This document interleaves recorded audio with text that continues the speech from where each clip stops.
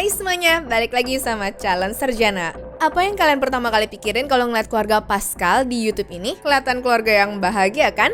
Cuma di balik semua senyuman dan juga keseruan yang bisa kita lihat, mereka menyimpan hal yang mengerikan loh guys.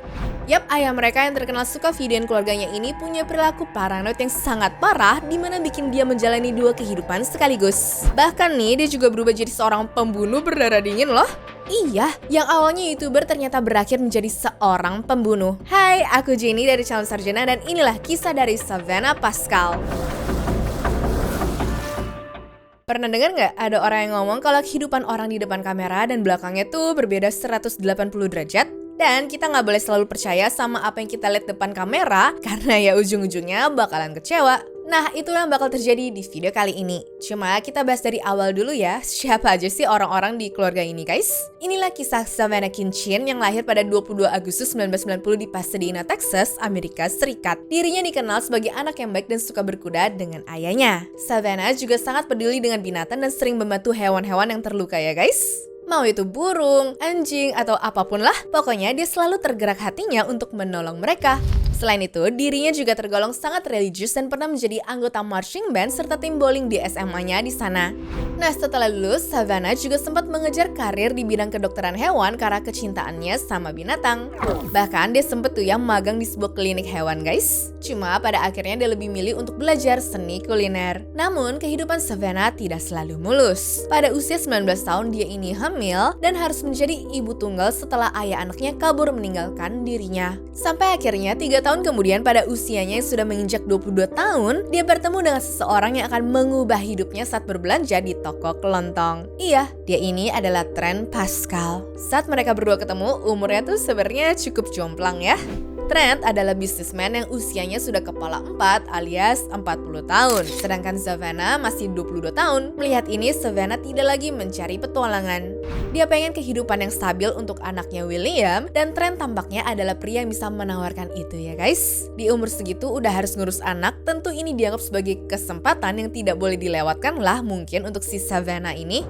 Nah, Trent yang berasal dari North Shore, Texas, dikenal sebagai paman keren di keluarganya, tetapi di sisi lain dia juga punya sisi temperamental yang meledak-meledak. Tapi ya, hal ini tuh nggak kelihatan kan waktu mereka awal kenalan?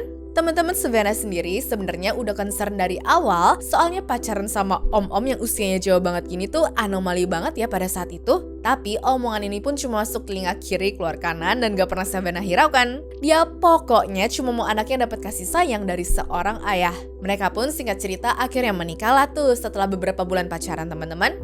Setahun kemudian lahirlah anak pertama mereka yaitu Mackenzie. Kalau kita melihat castingnya doang, keluarga Pascal ini kelihatan kayak keluarga yang bahagia banget kan?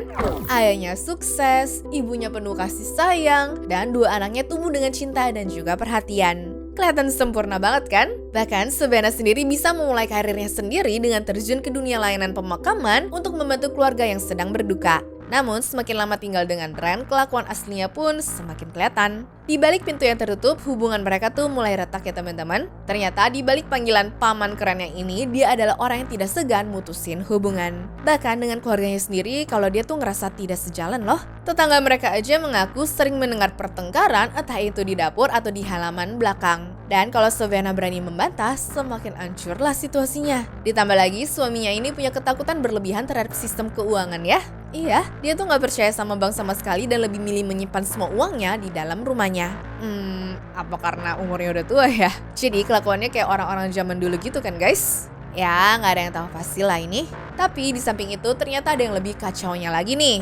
Jadi waktu nyokapnya Savannah ini nyari tahu latar belakang dari menantunya itu, ternyata terkuak bahwa Trent ini punya catatan kriminal termasuk pencurian. Keluarga Savannah udah bilang ke anaknya kalau Trent itu tidak sebaik itu ya guys. Tapi Savannah tetap percaya bahwa Trent sudah berubah. Pernikahan ini pun terus berlanjut. Pada tanggal 24 Maret 2014 saat YouTube baru mulai rame-ramenya, Trent tuh juga ikutan.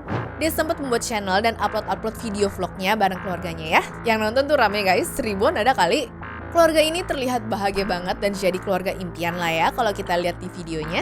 Cuma yang penonton gak tahu di balik kamera, kehidupan mereka itu penuh tekanan dan juga masalah. Savannah bekerja keras di rumah duka dan kuliah, tetapi keuangan keluarga dikendalikan oleh Trent yang memaksa Savannah untuk menyerahkan gajinya. Ketika pandemi COVID-19 melanda, beban kerja Savannah pun semakin berat. Di saat itu banyak orang meninggal dunia, otomatis pendapatan Savannah pun jauh lebih besar dibandingkan Trent yang usahanya mandek karena krisis. Nah, ego sebagai cowok kena nih di sini guys. Dia ngerasa tidak aman dan bahkan bikin otaknya mikir kemana-mana. Iya, dia sampai berpikir kalau istrinya ini pasti punya selingkuhan karena uangnya tuh sekarang jauh lebih banyak. Dirinya bahkan sampai masang kamera CCTV di rumah serta menuntut Savannah untuk selalu Sherlock ya. Dan ini dilakukan setiap saat guys. Kebayang gak sih posesifnya tuh gimana? Lebih gilanya lagi, Trent diem-diem masang alat perekam untuk nguping percakapan istrinya sendiri ya. Dan klimaksnya terjadi pada saat hari ulang tahun Trent pada tanggal 21 Oktober 2020. Pada hari itu, Savannah berusaha membuatnya bahagia. Dia bahkan nulis ucapan ulang tahun di Facebook pagi-pagi karena tahun sebelumnya Trent tuh ngamuk-ngamuk ketika dia terlambat nge-post di sana. Meskipun Savannah udah nyiapin kejutan di malam harinya, cuma di hari ulang tahunnya ini semuanya tuh benar-benar kacau. Tiba-tiba Trent nelpon Savannah jam 10 pagi dalam keadaan yang emosi banget. Dia nuduh istrinya ini berselingkuh dan kali ini dia mengancam dengan senjata. Ya panik dong Savannah ini. Akhirnya dia langsung pulang sambil ditemenin sama ibunya itu ya teman-teman. Nah waktu sampai di rumah terjadi pertengkaran yang sangat-sangat hebat. Bahkan sampai bikin tetangganya nelpon polisi. Pokoknya di sini Trent benar-benar hilang kendali deh. Bahkan dia disuruh pergi sama polisi dan gak boleh ketemu sama istrinya sampai benar-benar tenang. Sedangkan Savannah langsung jemput anak-anaknya dari sekolah. Dan di sini pun dia sudah sempat mempertimbangkan untuk mengakhiri hubungannya yang toksik ini. Tapi nyatanya tidak semudah itu. Trent Pascal punya rencana lain teman-teman. Setelah kembali ke rumah, dia duduk di sofa ruang tamu di sana sambil menunggu sang istrinya pulang. Video inilah yang akhirnya viral. I'm recording this because I want my daughter to know that I love you. I'm so sorry that I've done this. I want you to know that you mean everything to me. I love you too. I love you so much. I love you like you're my own. I didn't choose this. Your mom chose this. She's been cheating on me for a long time. Ya, dalam video itu dia ngomong, aku rekam ini supaya anakku tahu bahwa aku mencintainya. Dan kalau kalian perhatiin videonya, di sini Trent tuh ngomong seolah-olah dia tuh korbannya ya. Dia nyalahin istrinya telah berselingkuh dan mengklaim kalau dialah yang selalu berusaha untuk mempertahankan pernikahan mereka. Cuma di balik video melas-melasnya ini ada kemarahan yang sangat besar terpendam di dalam dirinya. Dan ketika Savannah pulang, situasi pun langsung berubah menjadi lebih mengerikan. Sang ibu yang nemenin Savannah masuk ke kamar mandi utamanya ya. Dan tiba-tiba Trent melompat keluar dari balik tirai shower sambil berkata, aku akan membunuhmu lalu membunuh putrimu. Sang ibu pun panik setengah mati di sini dan berusaha kabur sambil berteriak ke Savannah dan anak-anaknya untuk bisa segera melarikan diri. Ibunya ini berhasil kabur guys. Namun sayangnya Savannah tidak seberuntung itu. Trent menembaknya berkali-kali sampai membuatnya meninggal dunia. Gak berhenti sampai di situ, setelah membunuh istrinya sendiri, Trent menelpon bibinya dan berkata dengan santai, Sharon, ini Trent. Aku baru saja membunuh Savannah. Setelah itu dia melarikan diri. Dan tahu apa yang lebih gilanya lagi? Setelah akhirnya ketangkap, anehnya dia malah bisa bebas dengan jaminan guys. Iya, orang ini tuh gak dihukum sama sekali karena orang tuanya bayar uang jaminan ke polisi sebesar $550.000 ya.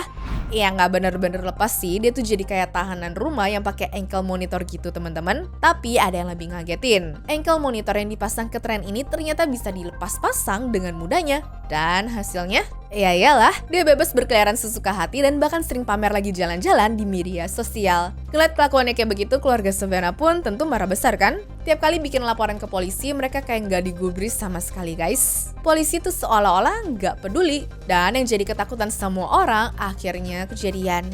Dia tuh gak cuma jalan-jalan doang, Trent ternyata bikin identitas palsu untuk membangun kehidupan barunya. Jadi dia tinggal di Missouri bersama pacar barunya yang bernama Katherine Johnson. Selama 8 bulan, dia tuh benar-benar hidup tenang sambil berpura-pura sebagai pria baik yang sedang mencari kedamaian. Tapi sepinter-pinternya kita menyembunyikan kotoran, baunya tetap akan kecium juga kan? Dan semua kebohongannya ini terbongkar saat Katherine menemukan dompetnya tersebut. Dia cobalah tuh untuk cari nama Trent Pascal di Google guys. Dan hasilnya, wah dia langsung lari ketakutan sambil melaporkannya ke polisi dong. Barulah tuh di sini polisi bergerak. Polisi mengepung tempat persembunyiannya di malam tahun baru 2020. Tapi sebelum ditangkap, Trent melakukan satu hal terakhir yang sangat mengerikan. Dan saat polisi masuk, Trent Pascal ditemukan sudah tidak bernyawa. Catherine, pacar barunya, merasa sangat bersalah karena telah melaporkan Trent ini ya guys. Dan setahun kemudian dia juga meninggal dunia dalam keadaan misterius, di mana banyak diduga sebagai tindakan yang sama. Sementara itu, keluarga Savannah juga harus menerima kenyataan pahit, pelaku utamanya tidak pernah diadili dan sistem hukum telah gagal melindungi mereka sejak awalnya. Pelakunya yang memang sudah ketahuan sejak awal membuat polisi malah diem aja karena adanya uang jaminan. Mereka juga seolah-olah percaya sama video yang dibuat sama Trent kalau dia adalah korbannya. Menurut aku sih, cerita ini bukan cuma soal pembunuhan doang ya, tapi juga tentang hukum yang tidak bisa tegas. Trent seolah-olah bisa mainin hukum karena keluarganya yang punya banyak uang.